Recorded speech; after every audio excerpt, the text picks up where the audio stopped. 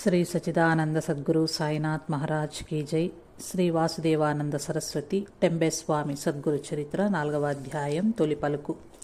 యోగీశ్వరులకు తనకు లేశమైనను భేదము లేదని శ్రీకృష్ణ పరమాత్మ భగవద్గీతలో పలుమార్లు నుడివి ఉన్నాడు. యోగులనేకులు పలు ప్రాంతముల యందు నివసించుచు వేరువేరుగా ఉన్నట్లు కనిపించినను, వారి మార్గములు భిన్నముగా ఉన్నట్లు అనిపించినను, అందరి గమ్యస్థానము ఒక్కటే అయి ఉన్నది. ఒక వ్యక్తికి ఒక యోగితోనే ప్రధానంగా సంబంధం ఉండును. అట్టి సద్గురువు కొరకు మనం అన్వేషించినప్పుడు కర్మ పరిపక్వం కాగానే ఆ సద్గురువే మనకి ఎదురుపడునని ప్రతులు చెప్పుచున్నవి. పారమార్థికము సద్గురు బోధన వల్లనే లభించును. రామకృష్ణాదులు వశిష్ఠ సాందీపులను సేవించి ఆత్మసాక్షాత్కారాన్ని పొందిరి. ఈ అధ్యాయంలో శ్రీ వాసుదేవానంద సరస్వతి స్వామికి దత్తప్రభు నరసోబవాడికి పోవలనేన్న ప్రేరణ కలిగించి అచ్చటకు ఏ విధముగా చేర్చునో, శ్రీ గోవిందస్వామి గురువుగా చేసి వారి వలన ఉపదేశలాభమును కలిగించి శ్రీ స్వామివారి భవిష్యత్ కార్యక్రమమునకు పూర్వరంగం ఎట్లు సిద్ధపరచెనో వివరించబడింది. నరసోబవాడి దత్తక్షేత్రాలలో చాలా ప్రసిద్ధమైనది. అది మహారాష్ట్ర దేశంలో పండరీపురం నుంచి కొల్హాపురంనకు పోవు రహదారిపై ఉన్నది.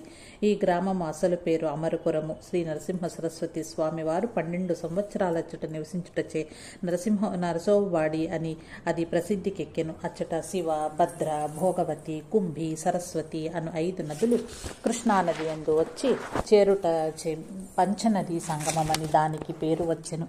అది దక్షిణ ప్రయాగగా కీర్తింపబడినది. కృష్ణానది తీరమున శ్రీ నరసింహ సరస్వతి స్వామి వారు తపస్సు చేసిన పవిత్ర ప్రదేశాలలో ఒక మందిరము నిర్మించబడి వారి పాదుకలు స్థాపించబడినవి. మధ్యాహ్నం మహాపూజా సమయంలో వారిని మనం దర్శించవచ్చును. దత్తోపాసకులు తప్పక సందర్శించవలసిన దివ్య క్షేత్రమది. నరసోబవాడి ప్రయాణం. నరసోబవాడికి పోవలనేని తరచుగా వాసుదేవ శాస్త్రికి సంకల్పం కలుగుచుండెను. కానీ తల్లి ఆజ్ఞ దొరకక సంకోచంతో ప్రయాణము మానుకొనుచుండెడివాడు. ఒకనాటి రాత్రి స్వప్నంలో బ్రాహ్మణుడొకడు కనిపించి, నీవు నరసోబవాడికి పోవలని అనుకుని ఎందుకు మానుకొంటివి అని అడిగెను. నేనేమి చేయుదను, మా తల్లిగారి ఆజ్ఞ లేదని వాసుదేవ శాస్త్రి అనెను. నీవు పోవలేయునని నిశ్చయం చేసుకొనుము. మీ అమ్మగారి ఆజ్ఞ అవశ్యం లభించగలదు. అంతేకాక ప్రయాణంనకు తోడు పైకము కూడా దొరకగలదు అని ఆ బ్రాహ్మణుడు పలికి మాయమయ్యెను. మరునాడు వాసుదేవ శాస్త్రి తల్లితో తన ప్రయాణ విషయం చెప్పగా ఆమె అనుమతించెను. వాసుదేవ శాస్త్రి నరసోబవాడి వెళ్ళుచున్నాడని తెలియగానే పొరుగింటిలోనున్న బ్రాహ్మణుడొకడు తాను కూడా వచ్చేదనను. ఆ ఇరువురు బయలుదేరి సావంతవాడి చేరుకున్నారు. అక్కడ రాంభావ్ సబ్నీసి అను వ్యక్తి వాసుదేవ శాస్త్రిని చూచి, ఇంతకు పూర్వమే నేను మీకు ఇవ్వవలసినది ఇచ్చుటకు పడలేదు, ఇప్పుడు అది గ్రహింపుడని 2.5 రూపాయలు సంభావనగా ఇచ్చెను. స్వప్న దృష్టాంతము యథార్థమైనందులకు వాసుదేవ శాస్త్రి ఆనందానంద భరితులు అయ్యారు. వెంటనే నరసోబవాడికి ప్రయాణమయ్యను. శ్రీ గోవిందస్వామి దర్శనము. దారిలో మరికొంతమంది ఆయనను కలిసిరి. అందరూ కలిసి ప్రయాణం అయిపోవచ్చు. దారిలో బోరుగామ్యను గ్రామంలో బస చేసిరి. నాటి రాత్రి స్వప్నంలో వాసుదేవ శాస్త్రికి నరసోబవాడిలో శ్రీ గోవిందస్వామి అను అధికారి కలడు. ఆయన దర్శనం చేసుకునమని ఎవరో చెప్పినట్టు దృష్టాంతమైనది. శ్రీ గోవిందస్వామి పూర్వాశ్రమంలో ఒక పెద్ద ప్రభుత్వ ఉద్యోగి, మహాసామర్థ్యం గల దత్తోపాసకుడు. ఆయన సన్యసించి నరసోబవాడికి వచ్చి ఆ స్వామి వారిని సేవించుచు అక్కడ ఉన్న బ్రహ్మానంద మఠం పైభాగమున నివసించుచుండిరి. నిత్యము దత్తాత్రేయ స్వామి ఆయనతో ప్రత్యక్షముగా మాట్లాడుచుండెడివాడు. నరసోబవాడి చేరినంతనే తన చిరకాల వాంఛ నెరవేరినందులకు వాసుదేవ శాస్త్రికి మహదానందం కలిగెను. ప్రప్రథమంగా దత్తపాదుకలను దర్శించి గోవిందస్వామిని గురించి వాకాబు చేయుచుండగా బ్రహ్మానంద మఠం మేడ మీద నుంచి గోవిందస్వామి క్రిందికి దిగివచ్చి, ఓహో వాసుదేవ శాస్త్రియా, ఎప్పుడు రాక పైకి వెళ్ళుదము, స్నానము చేసి రండి అని ఆప్యాయంగా పలకరించును. ప్రథమ దర్శనంలోనే చాలా కాలం నుంచి పరిచయం ఉన్న వాని వలె ఆయన తనను పలకరించిన విధానమును గాంచి వాసుదేవ శాస్త్రి మిగుల ఆశ్చర్యపడెను. వాసుదేవ శాస్త్రికి నరసోబవాడిలోని ఎవరితోడనూ పరిచయం లేదు. ఆయన కట్టుకున్న మాసిపోయిన పంచ అంగవస్త్రము చూచి ఈయన బ్రాహ్మణుడేనా అని అచ్చటి వారికి అనుమానం కలిగెను. మందిరంలోనికి పోయి దత్తపాదుకలను ఆయన దర్శించి పూజించుటకు అచ్చట పూజారులు మొదట అనుమతించలేదు. చేయునది ఏమీ లేక వాసుదేవ శాస్త్రి దూరం నుండి దత్తప్రభువునకు ఒక నమస్కారమును చేసి గోవిందస్వామిని చూచుటకై బయలుదేరను. అక్కడ మఠం మేడపై కూర్చుండి గ్రంథావలోకనం చేయుచున్న గోవిందస్వామిని చూచి, దత్తప్రభు మండపంలో నేమి జరుగుచున్నదో చూడుము. చాలా దూరం నుంచి కొండంత ఆశతో వచ్చిన ఆ బ్రాహ్మణుని పూజారుడు అభిషేకం చేయనిచ్చుటలేదు అని చెప్పెను. ఆ మాటలు విని గోవిందస్వామి చప్పున లేచి క్రిందకు దిగి వచ్చుచుండెను. వాసుదేవ శాస్త్రి చిన్నబుచ్చుకున్న ముఖంతో పైకి వచ్చుచుండెను. వాసుదేవ శాస్త్రిని చూడగానే, శాస్త్రి బువా, స్వామి పాదుకల అభిషేకం చేసితివా లేదా అని గోవిందస్వామి ప్రశ్నించెను. వాసుదేవ శాస్త్రి జరిగినదంతయూ చెప్పెను. గోవిందస్వామి తన చేతిలోని అధికారిక దండమును వాసుదేవ శాస్త్రి కొసిగి ఆయనతో పాటు మండపంలోనికి వచ్చెను. వాసుదేవ శాస్త్రి శ్రీ దత్త పాదుకలను అభిషేకించెను. శ్రీ దత్త గురువు లీలానుగ్రహము తనపై ప్రసరించినందులకు కృతార్థుడనైతిని అని భావించెను. పూజారుల అనుమానము తొలగెను. ఆయన 1 మాసం వాడిలో ఉండెను. ఆ సమయంలో ఆయన నిత్యము కృష్ణానది స్నానము, పాదుక అభిషేకము, ప్రదక్షిణలు ఎంతయో నియమనిష్ఠులతో జరిపెను. గురుచరిత్ర సప్తాహము. నర్సోబవాడిలో వాసుదేవ శాస్త్రి ఉన్నప్పుడు ఒక దృష్టాంతమయ్యెను. మీరజ్జను గ్రామమునకు పోయి అక్కడ ఉన్న శంకర్ భట్ జీ అను సాధువు దగ్గర గల గురుచరిత్ర గ్రంథమును తీసుకుని వచ్చి సప్తాహం చేయమని దత్తప్రభు చెప్పెను. ఆయన ఆ విధంగానే మీరజ్జుపోయి శంకర భట్టును గ్రంథమొసగమని ప్రార్థించగా ఆయన ఇవ్వలేదు. తిరిగి వచ్చెను. మరలా దృష్టాంతమయ్యను. ఈ మారు వెళ్ళుము, గ్రంథము లభించును అని దత్తప్రభు చెప్పెను. వాసుదేవ శాస్త్రి 2వసారి పోయి ఆ గ్రంథమును తీసుకుని వచ్చి ఉపవాస దీక్షతో నియమనిష్ఠులతో సప్తాహం ఆరంభించెను. శ్రీ నరసింహ సరస్వతి స్వామి దర్శనము. నరసోబవాడి ఆలయంలోనొక నియమం కలదు.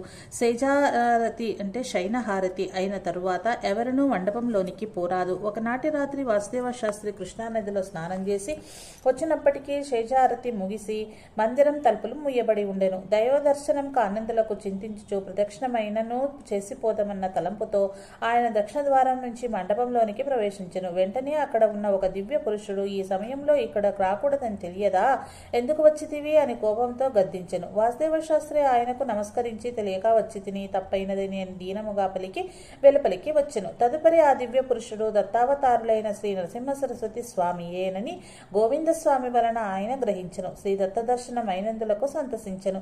శ్రీ గోవిందస్వామికి బ్రహ్మయ్య స్వామి అను నామాంతరం కలదు. నరసోబవాడిలో మొట్టమొదట వాసుదేవ శాస్త్రికి దర్శనమిచ్చిన శ్రీ గోవిందస్వామి వారే ఆ తర్వాత ఆయనకు గురువయ్యారు. పార్థివ పూజ. ప్రతిదినము వాసుదేవ శాస్త్రి పంచాయతన పూజ చేయుచుండెడివాడు. ఒకనాడు శ్రీ గోవిందస్వామి ఆయనను చూచి దత్తపాదుకలను పూజించమని చెప్పెను. అట్టు చేయుటకు వాసుదేవ శాస్త్రి మొదట బద్దకించెను. కానీ దృష్టాంతమైన తరువాత ఆ పూజ మొదలుపెట్టెను. ఒకసారి స్వప్నంలో పరమేశ్వరుడు కనిపించి పార్థివ పూజ చేయమని ఆజ్ఞాపించెను. ఆ ఆజ్ఞను ఆయన పాటించకపోవుటచే పూజ చేయమని పలుసార్లు దృష్టాంతములయ్యెను. పూజా విధానం నాకు తెలియనిదే పూజనట్లు చేయగలను అని వాసుదేవ శాస్త్రి అనెను. కవీశ్వర్ అను బ్రాహ్మణుని ద్వారా పూజా విధానం నీకు తెలియగలదని పరమశివుడు చెప్పెను. కొన్ని దినముల తర్వాత కవీశ్వర్ వలన పూజా విధానం తెలుసుకుని ఆయన పార్థివ పూజ చేయుట ప్రారంభించెను. పరమేశ్వరుడు సంతృప్తి చెంది పూజ చాలునన్నంత వరకు ఆయన ఆ పూజ చేయుచునే ఉండెను. గృహప్రవేశము. వాసుదేవ శాస్త్రి నరసోబవాడి నుంచి స్వగ్రామం చేరినప్పటికీ ఇంటికి మరమ్మతులు చేయు పని పూర్తి అయ్యను. గృహప్రవేశమునకు ముహూర్తం పెట్టిరి. ముహూర్త వేళ దాటిపోయేను. పీటల మీద కూర్చుండుటకు అన్నపూర్ణాబాయి రాలేదు. అందులకు వాసుదేవ శాస్త్రి విచారించెను. ఈ ఇంటిలోనెవరునూ కాపురం ఉండరు, ఇది ధర్మశాల కాగలదని తల్లితో చెప్పి తన చిన్న తమ్ముడైన హరిభట్టు చే గృహప్రవేశం చేయించెను. వాసుదేవ శాస్త్రి పలికిన ఆ విధంగానే ఆ గృహము ధర్మశాలగా తరువాత కొంతకాలమునకు మారినది. ఆ విషయము ముందు ప్రస్తావించబడును. చాంద్రాయణ వ్రతము. ఇంటిలో మాటిమాటికి చెలరేగుచున్న అత్తాకోడళ్ల జగడం వలన వాసుదేవ శాస్త్రి మనస్సు వికలమయ్యను. సంసారంపై విరక్తి జనించెను. భగవద్ అనుగ్రహము పాప పరిహారమును కోరి కఠోర దీక్షతో చాంద్రాయణ వ్రతాన్ని మొదలుపెట్టెను. వ్రతం మధ్యలో ఒకవేళ ప్రాణం పోయినా బాధలు తప్పును కదా అని ఆయన భావించెను. చాంద్రాయణ వ్రతం చంద్రుని వృద్ధి క్షయములను అనుసరించి చెయ్యి వ్రతము. మొట్టమొదట అమావాస్య నాడు ఉపవాసము ఉండి శుక్ల పాడ్యమి నాడు 1 కబళము, విధియ నాడు 2 కబళములు, ఈ ప్రకారం రోజుకొక కబళం చొప్పున పెంచుచు తినుచు వచ్చి పౌర్ణమి నాడు 15 కబళములు భుజించవలెను. మరలా బహుళ పాడ్యమి నుంచి ఒక్కొక్క కబళమును చొప్పున తగ్గించుకుంటూ వచ్చి అమావాస్య నాడు తిరిగి ఉపవాసం ఉండవలెను. ఇట్లు చేయుట ఒక పద్ధతి. ఇట్లు కాక పూర్ణిమ నాడు 15 కబళములు భుజించి అక్కడి నుంచి రోజుకొక కబళమును తగ్గించుచూ వచ్చి అమావాస్య నాడు ఉపవాసం ఉండి శుద్ధ పాడ్యమి నుంచి దినమునకు ఒక్కొక్క కబళమును వంతున పెంచుతూ పౌర్ణమి నాడు 15 కబళములు భుజించడం రెండవ పద్ధతి. చాంద్రాయణమును పిపీలికా మధ్య చాంద్రాయణమని కూడా పిలిచెదరు. చాంద్రాయణ వ్రత సమయంలో వాసుదేవ శాస్త్రి త్రికాలమునందు స్నానం చేసేడివారు. ఒకే వస్త్రం ధరించడివారు. రాత్రివేళ కటిక నేలపై పరుండడివారు. ఎవరితోనూ మాట్లాడక మౌనవ్రతంతో నుండడివారు. ఇట్లు కఠోర దీక్ష అవలంబించను. దీక్ష మధ్యలో తాను సొమ్మసిలి అయినను ప్రాణములు కడబట్టినను కనీసం గంజినీళ్ళైనను పోయేవలదని తల్లికి చెప్పెను. భగవంతుని దయ వలన ఆ వ్రతం యథావిధిగా పూర్తయ్యను. వ్రతానంతరము వాసుదేవ శాస్త్రి మిగుల నీరసించెను. అడుగు తీసి అడుగు పెట్టుటకైనను శక్తి లేకపోయాను. ఆయనకు జ్వరం వచ్చెను. నోటి నుంచి రక్తం కూడా పడెను. అవి ఏమీయో లెక్కబెట్టక తల్లిని వెంట తీసుకుని నరసోబవాడికి ప్రయాణమయ్యాను. కార్యం వా సాధయేయం దేహం వా పాదయేయం అన్నట్లు మనోనిగ్రహం గలవానికి భగవంతుడు కట్టెదుట ప్రత్యక్షముగాక ఎట్లుండును. ఉపదేశ లాభము. దత్త జయంతి నాటికి వాసుదేవ శాస్త్రి తన తల్లితో నరసోబవాడి చేరెను. అచ్చట ఆయన 3 నెలలు ఉండెను.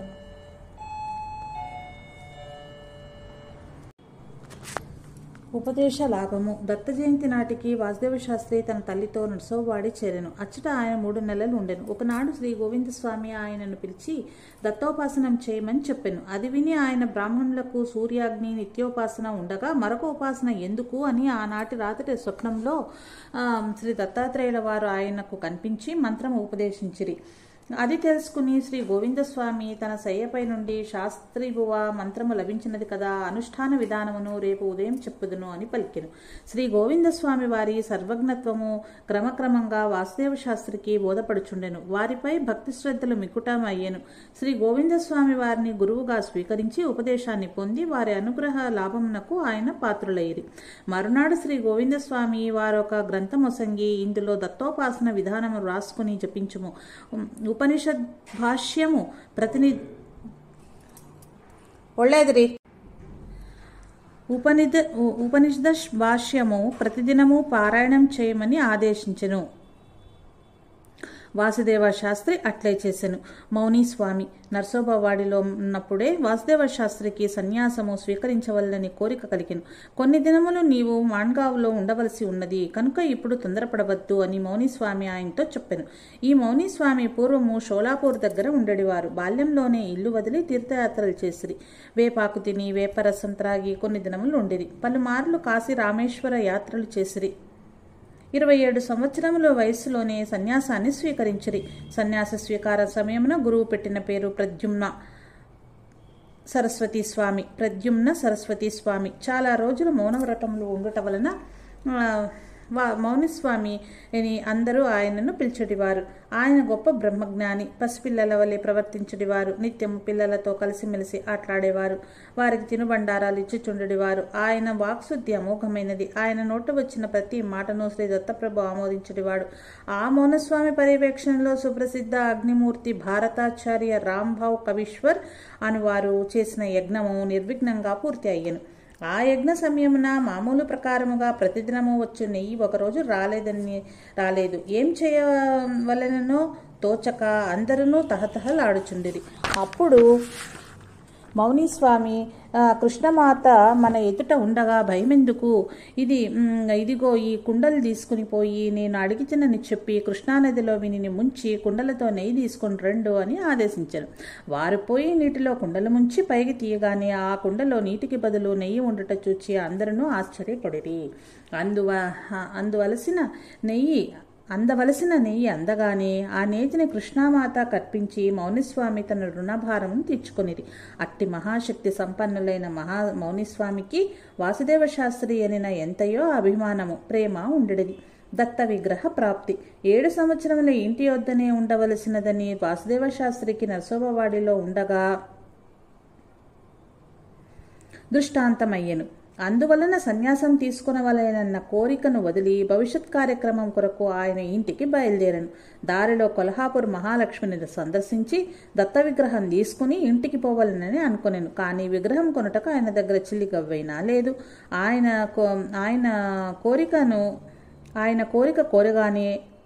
కోరికగానే ఉండిపోయాను. ఆయన కోరికగానే ఉండిపోయాను. ఇంతలో ఒక విచిత్రం జరిగెను. కాగల్ గ్రామంలో అంగడి బజారు మీదుగా పోచుండగా విగ్రహం అమ్మడి ఒక దుకాణంపై వాసుదేవ శాస్త్రి చూపడెను. అప్పుడు ఆ దుకాణదారుడు ఆయన్ని చూచి, మీకు ఎటువంటి విగ్రహం కావాలనో చెప్పండి, చేసిస్తాను అని చెప్పాను. డబ్బు విషయం మీరేమీయో ఆలోచించవద్దు, తర్వాత చూచుకొనవచ్చును అనెను. తనకెట్టి విగ్రహం కావాలేనో వాసుదేవ శాస్త్రి చెప్పెను. ఆ విగ్రహం కొరకై ఆయన ఆ ఊరిలో 8 రోజులు ఉండవలసి వచ్చెను. ఆ షాపు యజమాని ఒక సుందర విగ్రహాన్ని తయారు చేసి ఆయనకు ఇచ్చెను.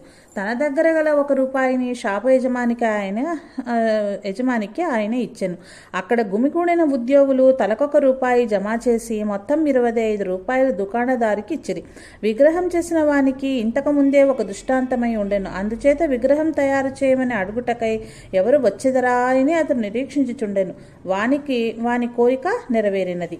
విగ్రహం చేసి ఇచ్చెను. 2 భుజములు, వరాభయ కరములు, సిద్ధాసనము కల స్వర్ణదత్త విగ్రహం అది. ఆ విగ్రహమును తీసుకుని వాసుదేవ శాస్త్రి మాండ్గావ్ చేరెను.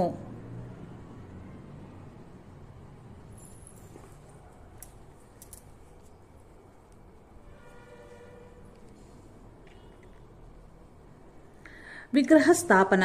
తన ఇంటికి పడమర వైపున గల ఖాళీ స్థలంలో ఆ విగ్రహమూర్తిని స్థాపించవలెనని వాసుదేవ శాస్త్రి సంకల్పించెను. ఆ స్థలం తమది కాదు, పరులది. అందువలన తన కోరిక తన మనస్సులోనే పెట్టుకుని విగ్రహం ఇంట్లో ఉంచెను. తల్లి అయిన రమాబాయి దాన్ని ఇంటిలో స్థాపించిన లాగుండునని భావించుచుండెను. తన భక్తుని మహిమ నతిశయింపచేయువలేనని దత్తప్రభువు వాసుదేవ శాస్త్రి ఇచ్ఛా పరిపూర్తి కెట్టి లీలను చూపెను. చూడుడు. మాన్గావ్ దగ్గర ఒక చిన్న తోట ఉండెను. దాని యజమాని మరణించెను.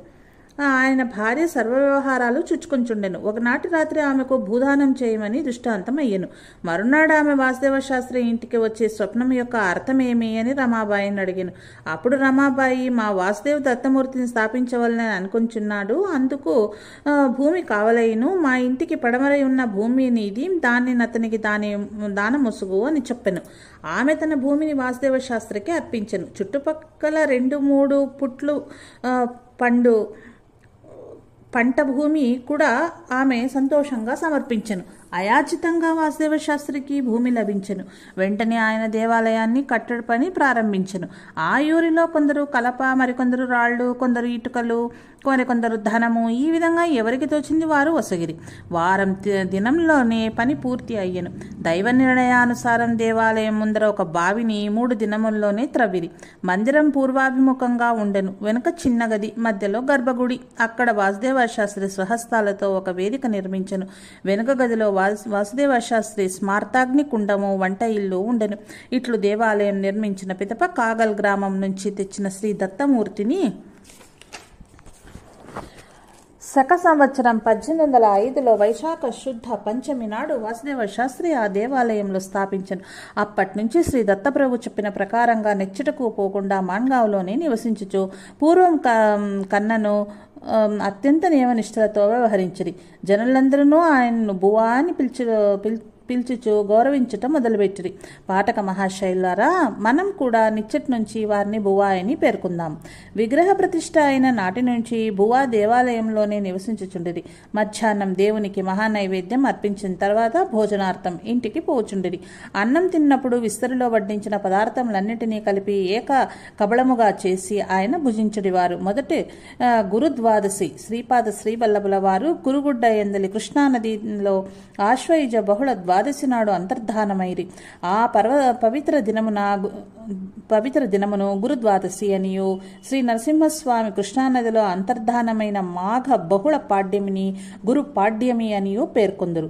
దత్తోపాసకులకి ఇవి 2 మహాపర్వదినములు. ఉత్సవం జరిగిన తరువాత ఇంటికి పోవటం మానివేసిరి. ఊరిలో భిక్ష గ్రహించి స్వయం పాకం చేసుకుని నైవేద్య వైశ్వదేవములను చేసుడివారు. గోగ్రాస అతిథి అభ్యాగత భాగములు తీసి మిగిలిన అన్నమును భుజించటివారు. ప్రతిదినము దొరికిన భిక్ష నుంచి దేవాలయమునకు వచ్చిన అతిథికి కొంత భాగం వసిగి మిగిలినది తాము ఉపయోగించుకొంచుండిరి. ఏ రోజు కావలసిన వంట చిరకు ఆ రోజునే ఏరుకొని తెచ్చుకొంచుండిరి. స్వయ దాస తపస్వినః అన్నట్లు ఆయన ప్రవర్తన ఉండేది. ఆయన ప్రతి శనివారము అన్నదానం చేసేవారు. సాయంకాలం ధూపానంతరం హారతలిచ్చేవారు. ఉత్సవమూర్తిని పల్లకిలో నుంచి గుడి చుట్టూ 3 ప్రదక్షిణలుగా ఉత్సవ సేవ చేసేవారు. ఆ ఉత్సవాలలో రమారమి 3-4 వేల మంది పాల్గొంచుండేది. ఆ ఉత్సవం అవసరికి 6-7 గంటల కాలం పట్టెడిది. పల్లకీ సేవలో అనేక స్తోత్రములు పదములు భక్తులు గానం చేసేవారు. ఆ ఉత్సవ కార్యక్రమము కన్నుల పండుగగా ఉండేది. అందరి హృదయములు ఆనందంతో నిండిపోయేది. భక్తులు స్వామివారి ప్రసాదం కొరకు తెచ్చిన పేడ, బర్ఫీ, టెంకాయ, ఊదుబత్తులు, కర్పూరము మొదలైన వస్తువులు గుట్టలు గుట్టలుగా పడి ఉండేవి. పల్లకీ సేవ పూర్తి అయిన తర్వాత వారిని ప్రసాదాలుగా భక్తులందరికీ పంచిపెట్టేవారు. ఆ దినం వచ్చిన ధాన్యంతో మరునాడు అన్నదానం జరిగేది. కార్యభారమంతా సావంతవాడికి చెందిన రాంబాబు సబ్నీస్ వహించేవాడు. దైవ కార్యం ఒకటి తప్ప దేనిని వాసుదేవాబువా పట్టించుకునేది వారు కాదు. సమస్త భారము దైవంపై మోపి అనాసక్త భావంతో ఉండేవారు. ఒకరోజు సబ్నీస్ కట్టుకొనుడని వాసుదేవ బువాకు ఒక కొత్త ధోవతి ఇచ్చెను. వెంటనే బువా దానిని ముక్కలు ముక్కలుగా చించి పారివేసిరి. యక్షిణీ దేవత. గ్రామదేవత అయిన యక్షిణికి ప్రతి శనివారం గ్రామంలో పల్లకీ సేవ జరుగుచుండేది. దత్తమందిరం కవిముఖముగా ఆ పల్లకిని నిలుపవలసినదని బువా కోరిరి. అది నియమ విరుద్ధమని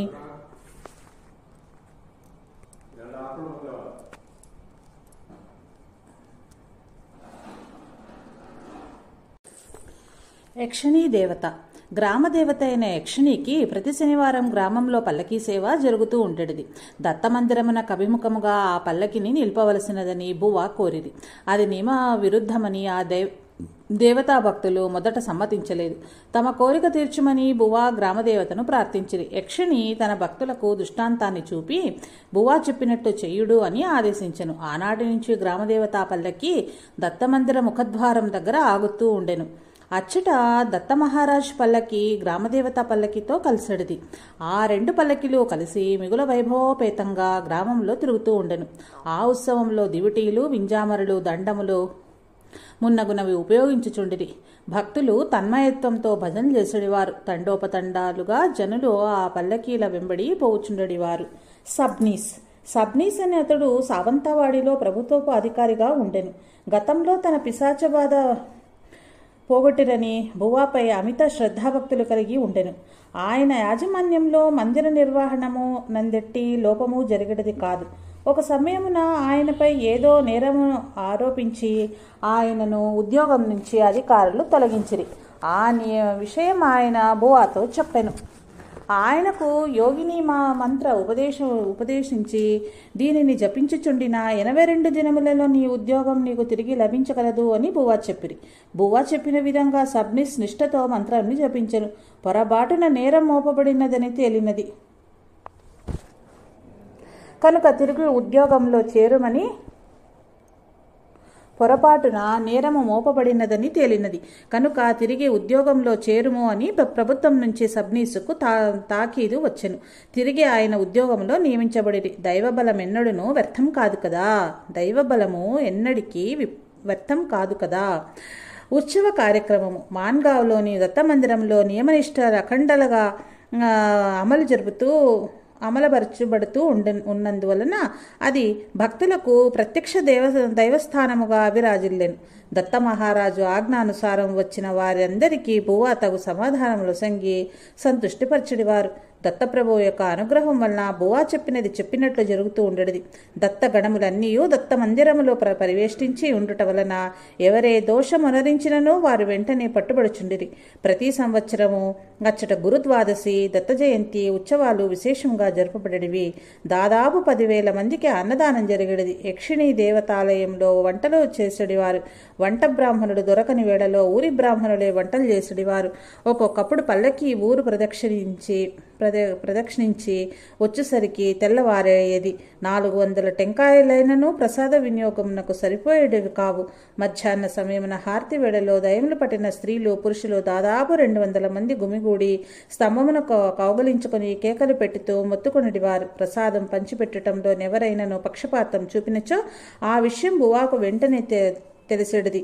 అందరికీ ప్రసాదం మందునట్లు ఆయన జాగ్రత్త వహించడివారు. సావంతవాడిలో తయారు చేయించిన ఉత్సవ విగ్రహంనకే పల్లకీ సేవ మున్నగునవి జరుగుతూ ఉండెను. ఆ ఉత్సవ విగ్రహము మొదట తయారు చేయుచుండగా వ్రక్కలయ్యను. ఆ అమంగళ పరిహారార్థము బువ్వ దత్తాత్రేయ స్వామి వారిని స్మరించెను. రెండవసారి నిర్విఘ్నముగా విగ్రహం తయారయ్యను. ఒక సుముహూర్తమున సావంతవాడి నుంచి ఆ విగ్రహం పల్లకిలో నిడి మహోత్సవంతో మాన్గావ్ తెచ్చిరి. సప్నిస్, అణ్వకర్ మొన్నగు వారందరూ ఉత్సవంలో పాల్గొండ్రి. ఆ విగ్రహమును ప్రతిష్ఠ చేయవలెనని బువ్వ తలుచుచుండగా విగ్రహమును ప్రతిష్ఠించిన అవసరం లేదు. అర్చకస్య తపోయోగాత్ అర్చనస్యాతి శాయనాత్ అభిరూపాశ్చ బింబానాం దేవః సాన్నిధ్యం మృచ్చతి అన్నట్లు అర్చకుడు సదాచార సంపన్నుడై యథావిధి నర్చించిన ఆ విగ్రహంలో సదాదైవం నివసించును. కాబట్టి పూర్వం స్థాపించిన విగ్రహం తాకించినచో సరిపోవును అని పిచాచనిష్ఠుడైన అణ్వకర్ చెప్పెను. దానికి బువ్వ సమ్మతించెను. అణ్వకర్ చెప్పినట్లు చేసి దాన్ని పూజించుచుండెను. దత్తప్రభు ఆజ్ఞానుసారం తానెక్కడికైనా పోవు సమయమున వెంట తీసుకుని పోవుటకై మూడవ విగ్రహం మాన్గావ్లోనే బువ్వ తయారు చేయించి ప్రయాణం చేయనప్పుడు యథావిధిగా నర్చించుటకు అశక్తుడని దత్తప్రభు ఆయన నివేదించగా నిత్యము అభిషేకించి భస్మములందించినా చాలును, మరే ఉపచారములతో పని లేదు అని స్వామి చెప్పెను. ప్రయాణ సమయం నందు బువ్వ ఎనరించడి ఆ లఘు పూజకే దత్త మహారాజు సంప్రీప్తుడగుచుండెను. ఈ విధంగా 3 విగ్రహములు మాన్గావ్లో ఉండెను. పల్లకీ సేవలో తలపై ధరించుటకు ఒక పాదుకల జత, మందిరంలో శాశ్వతముగా పూజార్థం నర్చుటకు మరొక పాదుకల జత బువ్వ తయారు చేయించిరి. ప్రతి శనివారము ఉత్సవ సమయంలో ఉత్సవమూర్తికి మహాపూజ జరిగినది. ఎప్పుడైనానూ నరసోవాడికి బువ్వ వెళ్ళినప్పుడు ఆయన తమ్ముడైన హరిభట్టు మందిరంలో పూజ చేయుచుండెను. విశేషంగా భక్తులు సమర్పించిన ద్రవ్యములో కొంత భాగము నరసోవాడికి పంపించుటకై కేటాయించి మిగిలిన స్వల్ప మొత్తమును మందిర నిత్య పూజాధికానికై బువ్వ ఖర్చు పెట్టెడివాడు. ఆ కానుకలలో తమకును వాటా కావలేనని ఆ ఊరి బ్రాహ్మణులు పేచి పెట్టిరి.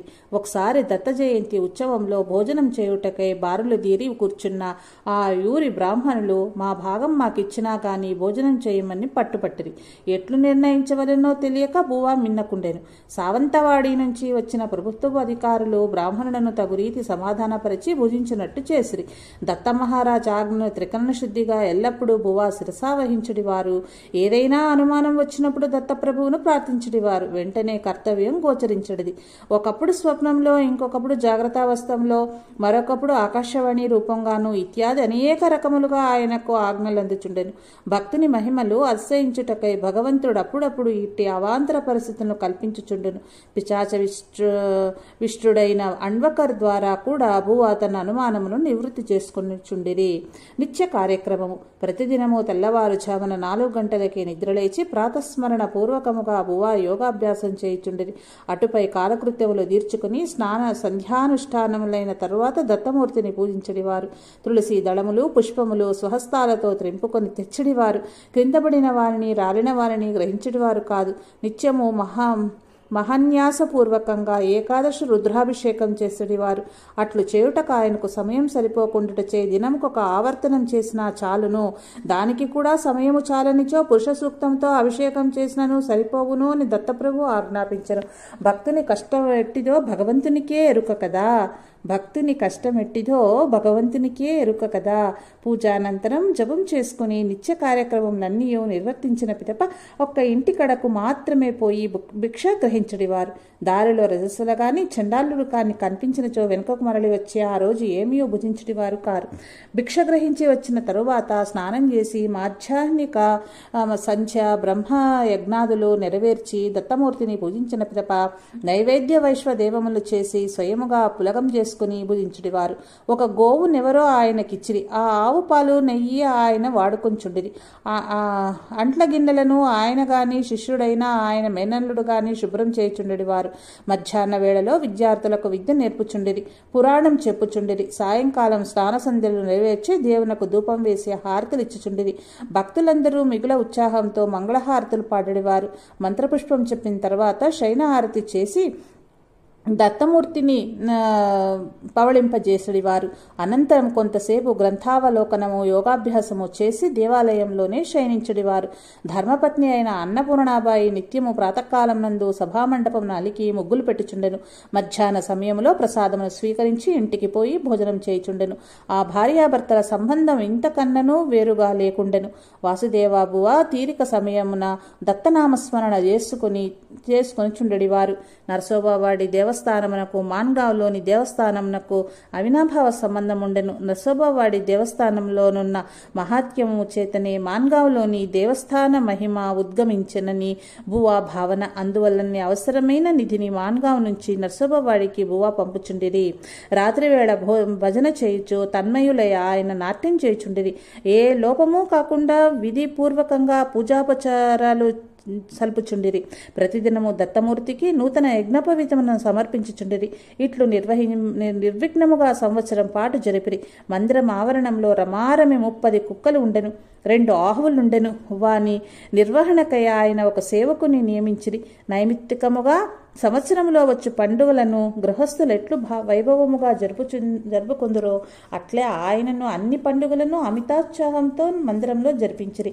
ముత్తైదువులకు పళ్ళు, పసుపు, కుంకుమ, లొసిగి, రవిక బట్టలు, చీరలతో వారి ఒడి నింపుచుండెడివారు.